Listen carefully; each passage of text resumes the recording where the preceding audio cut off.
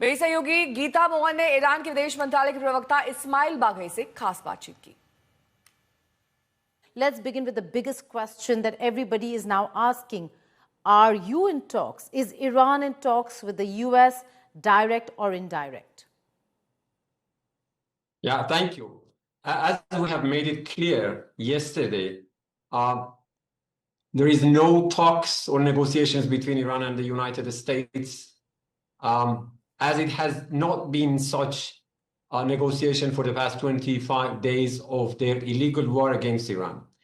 And you see, we have a very catastrophic experience, I should say, with the United States diplomacy. We were attacked 2 times within a span of 9 months when we were in the middle of a negotiating process to resolve the nuclear issue.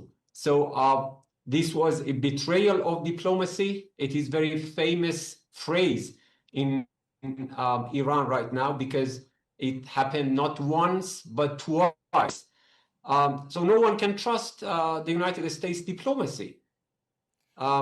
So our position is very clear on what they have claimed. Right now, our brave armed forces are focused on defending Iran's territory and sovereignty against this brutal illegal war.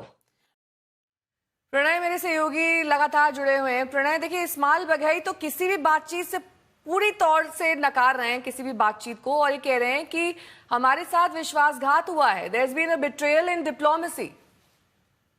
निश्चित रूप से उनके इस आरोपों के अंदर उनकी वो पीड़ा भी है, क्योंकि दोनों बार ऐसा ही हुआ। बातचीत की प्रक्रिया ओमान की मध्यस्थता में चल रही थी, 3 दौर बातचीत के हो चुके थे। इनफैक्ट अगर आप 12 दिन की लड़ाई को देखें बीते 9 महीनों के दौरान, तो 7 मौके ऐसे हुए हैं जब दोनों देशों के बीच में प्रत्यक्ष और अप्रत्यक्ष वार्ताएं हुई हैं, लेकिन उसके बावजूद नतीजा जो है वो जंग के अंदर निकला। पहले 12 दिन की लड़ाई जो मई जून 2025 में हुई, और उसके बाद अब ये करीब आज 26वां दिन है इस जंग का, और अभी भी कोई समाधान का रास्ता निकलता नजर नहीं आ रहा। तो ईरान की तरफ से जो आ रहे बयानों के अंदर वही सारी चीज वो नजर आ रही है। क्यों वो ऐसा कह रहे हैं, उसके पीछे बड़ी वजह यह है कि ईरान अब दबाव के साथ ये बताना चाहेगा कि वो एक ठोस फॉर्मूला चाहता है, वो इस तरीके के एश्योरेंस नहीं चाहता। देखिए, जहां तक न्यूक्लियर हथियारों का सवाल है, ओमान के साथ चल रही मध्यस्थता की बातचीत में भी नेहा ये सारी चीजें आ चुकी थी, जिनके ऊपर अब कहा जा रहा है कि ईरान ये नहीं करेगा। ये सारी शर्तें तो उस बातचीत की टेबल पर भी मौजूद थी, यानी ईरान परमाणु हथियार नहीं रखेगा, जो एनरिच यूरेनियम है उसको इंस्पेक्शन के लिए खोलेगा,